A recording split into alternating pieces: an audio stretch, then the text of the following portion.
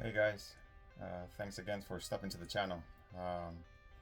So there's a chat going around, or an email, or a question from Jason over Hot Rods Model Room, I think.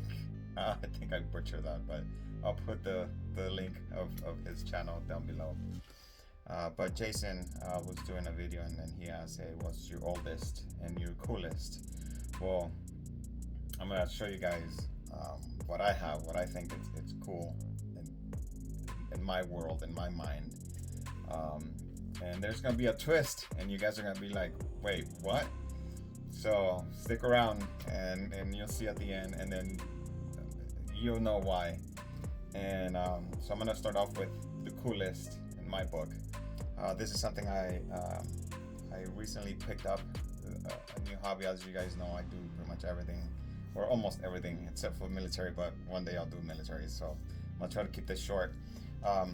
So my coolest, because of COVID, and we were just staying at home and stuff, and we were trying to figure things out, how to go about, how to kill time at home, right?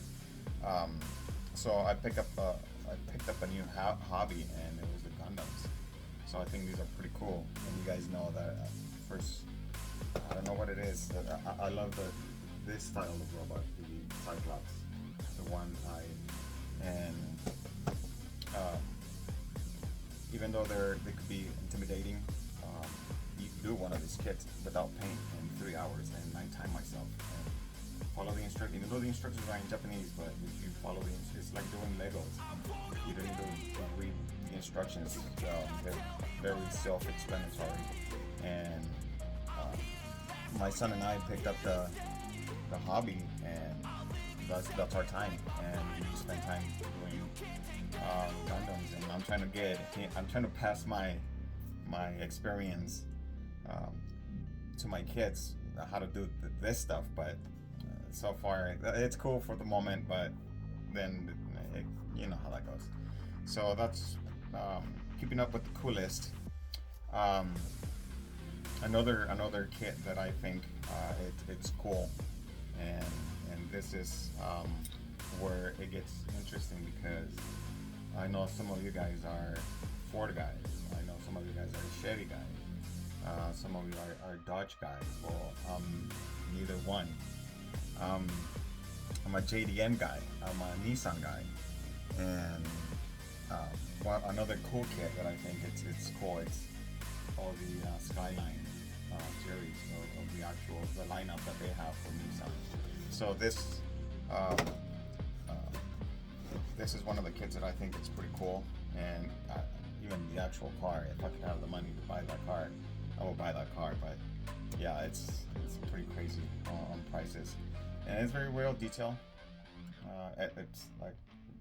It's halfway done, and whenever I get the chance and do it and put it together, I will. And this is way back in the day. My brother-in-law printed me a real carbon fiber hood, and I took a mold and he molded, but because of the contours and everything, it's just didn't. But it's real carbon fibers. He took his time to make it, and it's just sitting here. So moving on with the cool kits, and you guys knowing now that I'm a Nissan guy. And I'm picking another model from the Skyline, and I think you guys see on one of my videos when I went to Pickett's Heavy Store that I bought that car. And one day I'm gonna do a whole series on painting all these cars, and again, I got this one, and this is in my book, in my mind, these are like the best. And it's nothing of what you guys have seen. I do hot rods, I do rusties, and this is none of that. So yeah, there you go, a nice curveball. So but one day I'll do a whole series of this car. So now moving on to the oldest. So this is the oldest slash cool. My oldest kit that I have in my collection. It's a 1973 Datsun 510. And there's a story on this car.